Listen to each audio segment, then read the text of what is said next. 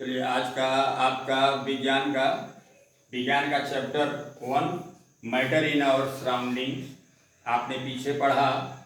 अब उसके बाद में आज आपको मुझको बताना है physical nature of matter. Physical nature of matter हैं। तो अभी matter is made up of particles, ठीक है। मैटर ये है, matter is made up of particles. अब यहां पर ये अब इसको ये दिखाना है कि इसमें छोटे छोटे टुकड़ों का मैटर बना है। मैटर की चीज से बहुत छोटे छोटे टुकड़े हैं। इसमें आपको बुक में दे रहे हैं कि for a long period of time to scholars are prevailed concerned with the nature of matter. तो ये लोग मैटर के बारे में दो बात कहा, ठीक है। वन एक कर रहे हैं, matter is to be continuous like a block of wood. लकड़ी के एक ब्लॉक, एक टुकड़े के तरह से मैटर है। तो दूसरा कह रहे हैं कि the other thought that matter was made up of particle like sand, यानी बहुत छोटे छोटे टुकड़ों से ये मैटर बना है, ठीक है।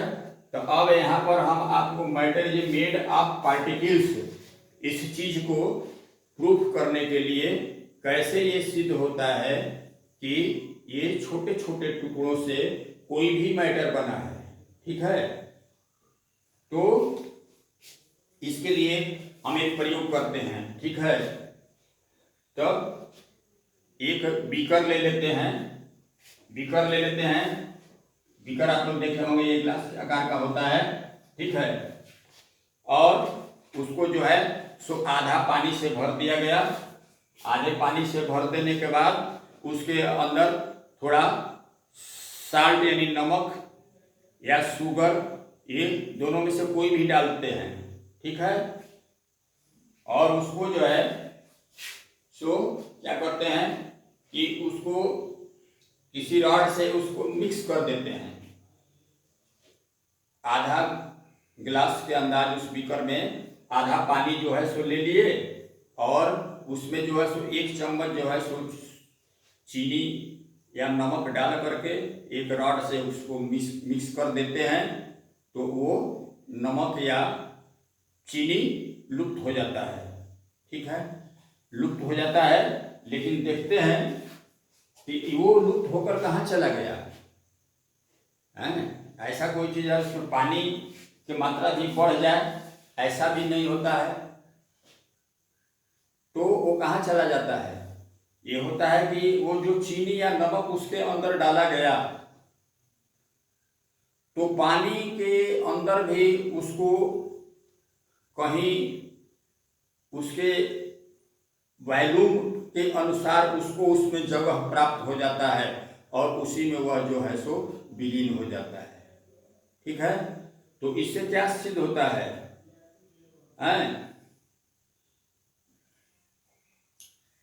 ये जो है सो मैटर जो है ये छोटे छोटे टुकड़ों का बना हुआ है, ठीक है। तो इस प्रयोग को करने से ये हमको मालूम होता है कि ये छोटे छोटे बालू, जैसे बालू से भी छोटे छोटे हैं, ये बना हुआ है।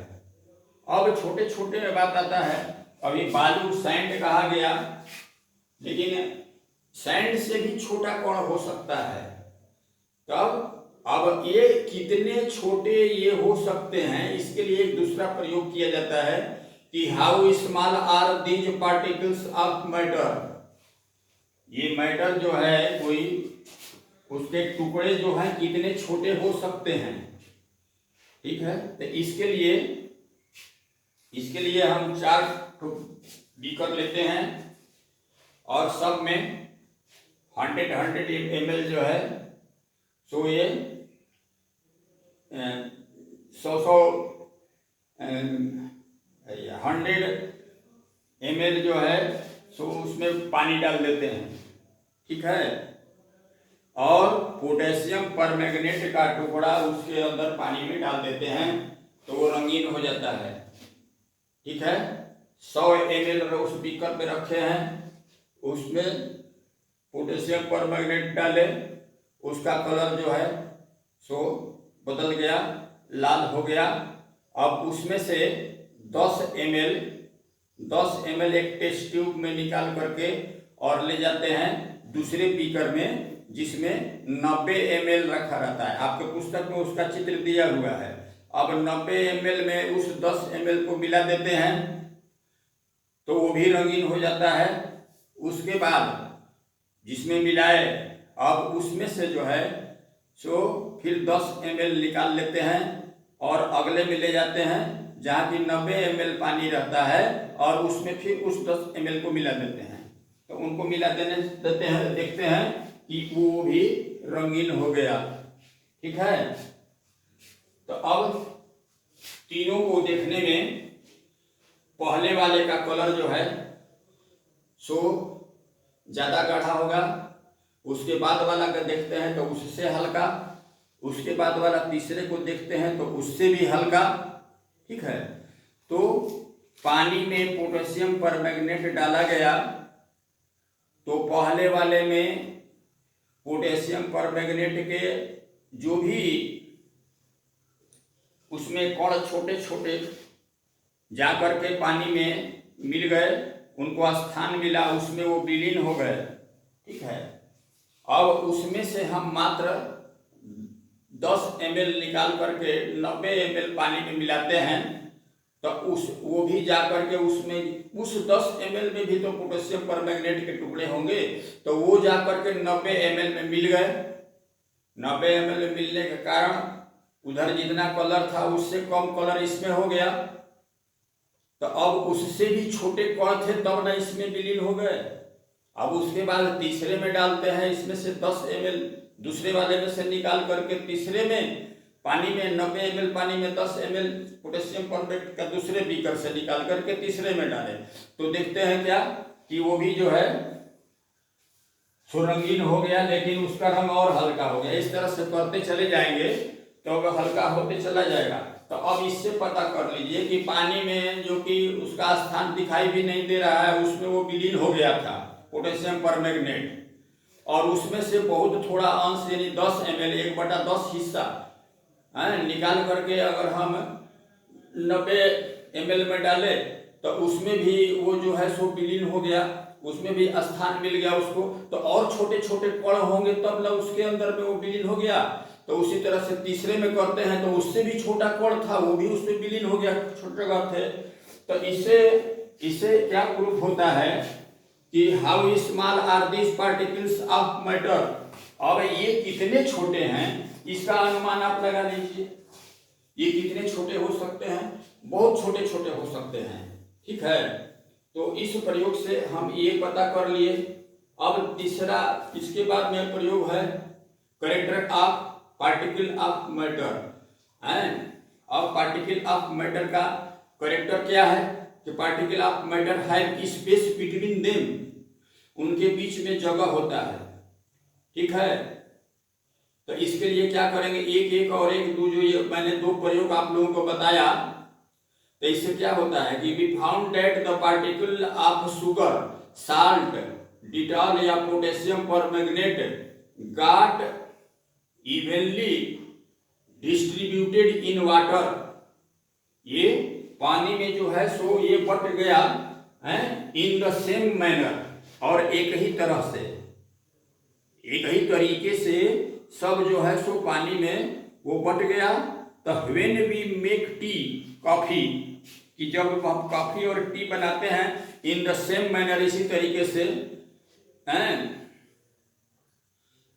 टी और कॉफी और लेमनेड यानी नींबू पानी, ठीक है।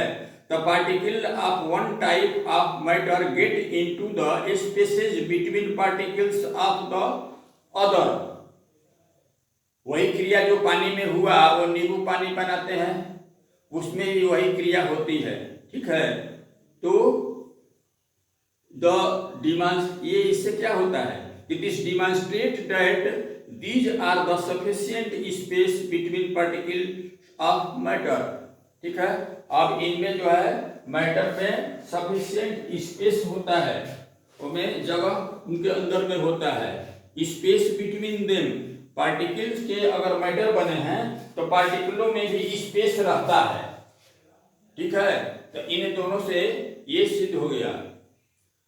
चलिए अब इसके बाद में एक कहा जाता है, तीसरा बात यह है कि particles of matter are continuously moving, वो हमेशा चलायमान है। ठीक है, तो इसके लिए क्या करते हैं, दो ठो ले लेंगे।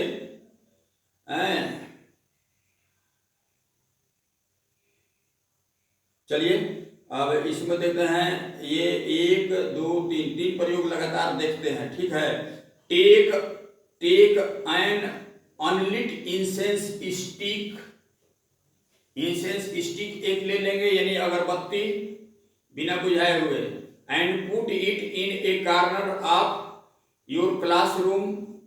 ठीक है, तो अपने रूम में जो है सो एक कोने में रखेंगे। ठीक है, वो अगरबत्ती इंसेंस स्टिक उसी को बोलते हैं। तब how close do you have to go near it so as to get it smell, यानी उसका सुगंध है कितना नजदीक उसके करीब आप जाएंगे तो आएगा।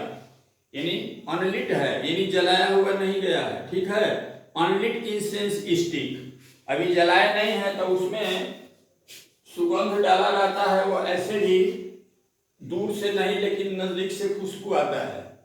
ठीक है, तो ये है। नाउ अब क्या करते हैं कि उस अगरबत्ती को जो है सो हम जला देते हैं और जलाकर कोने में ही रख देते हैं।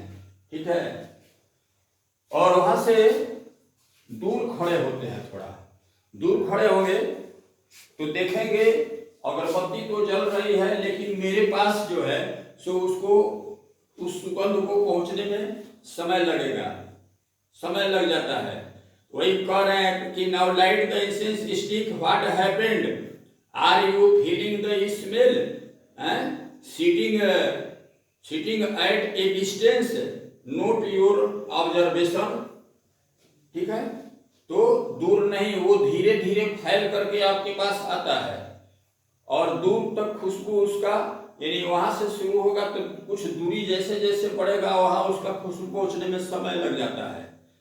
ठीक है, तो इससे क्या हुआ, वहां पर सुगंध हो रहा है कोने में और आप यहाँ हैं तो वहां से उसका खुशबू यहाँ तक आया, तो इससे क्या प्रूव होता है कि पार्टिकल्स आर मूविंग।